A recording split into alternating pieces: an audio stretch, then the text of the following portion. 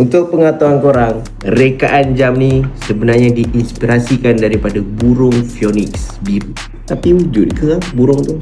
Setiap unit untuk jam ni sebenarnya dia punya corak warna ion plating dia agak berbeza. Akan sama gabungan warna biru, emas dan ungu.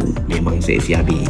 So bermaksudnya jam ni kalau kau comparekan dengan kawan kau punya kan, dua-dua ada MTG ni, tak akan sama geng. Mesti akan ada lari sikit-sikit. Kalau tak percaya kau try je tengok.